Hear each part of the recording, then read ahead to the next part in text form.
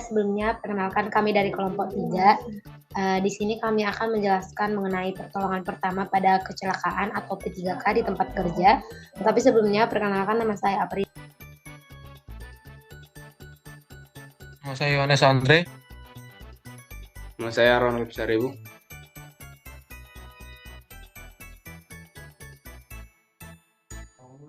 Jenis penyebab kecelakaan kerja. Berdasarkan asalnya, penyebab kecelakaan kerja dapat dibagi menjadi 3, yaitu TOP. TOP yaitu teknis, organisasional, dan personal. Berikut penjelasan mengenai TOP. Pertama, teknikal, yaitu segala hal yang berkaitan dengan perangkat keras seperti mesin, alat transportasi, dan lain-lain. Yang kedua itu ada organisasional, yaitu segala hal yang berkaitan dengan sistem manajemen seperti prosedur, instruksi kerja, rambu-rambu, dan lain-lain. Yang ketiga itu adalah personal, yaitu segala hal yang berkaitan dengan sifat manusia seperti sifat tergesa-gesa, sifat pelupa, menegur ketika tidak aman, dan lain-lain.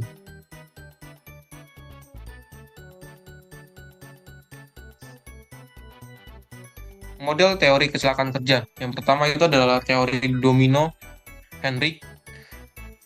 Penjelasan mengenai teori domino Henrik merupakan teori penyebab kecelakaan pertama yang menggunakan prinsip sekuensial atau berurutan. Yang kedua itu adalah teori Britt dan Germain-Loss. Penjelasan mengenai teori ini adalah menyatakan bahwa urutan teori domino Henrik telah mendukung pemikiran keselamatan kerja selama 30 tahun. Mereka menyadari kebutuhan dan manajemen untuk mencegah dan mengendalikan kecelakaan, di mana manajemen telah menjadi situasi yang kompleks disebabkan oleh perkembangan teknologi. Yang ketiga itu adalah teori model energi damage. Teori ini banyak dibuat oleh Gibson tahun 1961, tetapi pada tahun 1991 Vinier mengerti bahwa model ini merupakan hasil diskusi dari Gibson, Haddon, dan yang lainnya. Model energi damage ini berdasarkan pemikiran bahwa damage atau luka merupakan hasil dari energi kecelakaan yang menuju penerima atau pekerja dengan daya rusak yang tidak bisa diterima oleh penerima energi tersebut. Ya, model urutan waktu atau time sequential model. Pada tahun 1, Banner menyatakan terdapat 4 isu yang tidak dapat diperhitungkan dalam model domino. 1 yaitu kebutuhan untuk menetapkan awal dan akhir. Yang kedua adalah kebutuhan untuk menjelaskan kejadian yang terjadi pada urutan waktu.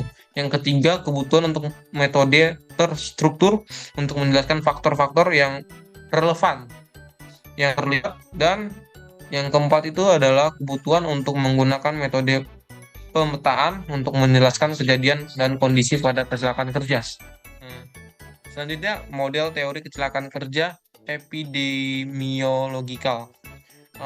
Model ini dapat dilacak dari studi epidemiologi penyakit dan dari faktor penyebab pada perkembangan mereka. Banner pada tahun 1975 logikal, model ini menyatakan bahwa kecelakaan merupakan kombinasi dari faktor lingkungan dan agen yang memiliki. Yang keenam dan yang terakhir adalah model sistemik. Ini dicetuskan pada tahun 1980. Peneliti-peneliti di bidang keselamatan kerja menyadari bahwa model kecelakaan yang sebelumnya tidak mencerminkan realistis dan dari sebuah fenomena kecelakaan. Pada tahun 1984, Banner menyatakan bahwa realistis yang ada harusnya juga mengakomodasikan kejadian yang non-linear. Model kecelakaan sistematik menguji ide bahwa kegagalan sistem lebih berkontribusi terhadap kegagalan manusia dalam melakukan kecelakaan kerja. Model ini menyatakan bahwa kecelakaan tidak terjadi dalam lingkungan sistemik yang terisolasi. Sebagian besar dari kita tahu bahwa pada umumnya kecelakaan disebabkan oleh 2 hal, yakni tindakan atau praktek tidak aman serta kondisi yang tidak aman. Sebagian dari kita bahkan tahu bahwa 9 dari 10 kecelakaan adalah hasil dari tindakan yang tidak aman ataupun hal-hal yang kita lakukan ketika kita tahu lebih baik. Selanjutnya adalah tindakan tidak aman. Tindakan tidak aman adalah tindakan yang dapat membahayakan pekerja itu sendiri maupun orang lain yang dapat menyebabkan terjadinya kecelakaan. Sebagian besar kecelakaan terjadi karena kelalaian atau ketidaktahuan manusia atau pekerja, serta sebagian kecil dikarenakan faktor lain.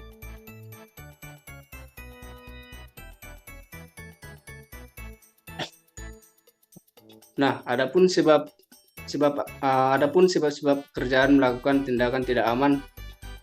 Yang pertama, karena tidak tahu. Pekerja kurang atau ketidaktahuan bagaimana melakukan pekerjaan dengan aman atau potensi bahaya yang akan terjadi sehingga menyebabkan terjadinya kecelakaan.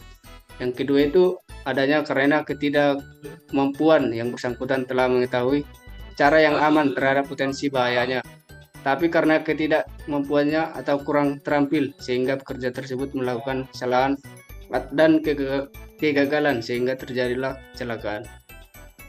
Yang ketiga, kurang peduli atau kesadaran.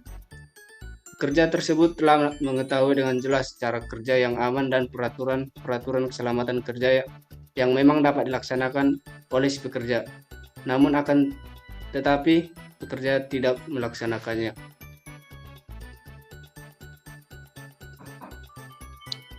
Jadi selanjutnya mengenai pertolongan pertama pada kecelakaan P3K.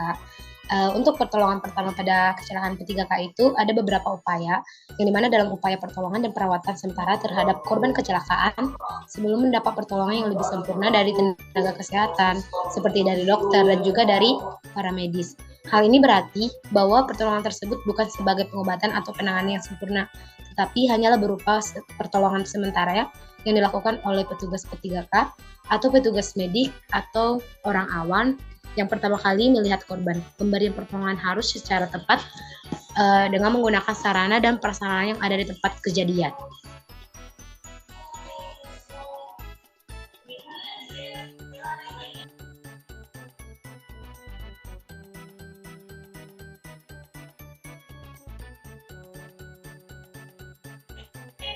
Nah, selanjutnya itu mengenai pertolongan pada kecelakaan kerja itu ada terbagi, yang dimana kita harus memeriksa tempat kejadian. Selanjutnya kita harus menghubungi bantuan medis segera. Selanjutnya jangan pindahkan korban jika mengalami cedera dalam. Selanjutnya harus melakukan penghentian pendarahan dan juga mengatasi shock pada pasca kecelakaan dan juga melakukan periksa respon atau pernapasan dan juga denyut nadi pada korban kecelakaan tersebut. Nah, mungkin sekian hasil video kami. Apabila ada kesalahan dan tutur kata yang salah, mohon dimaafkan. Terima kasih. Dadah guys. Terima kasih. Terima kasih.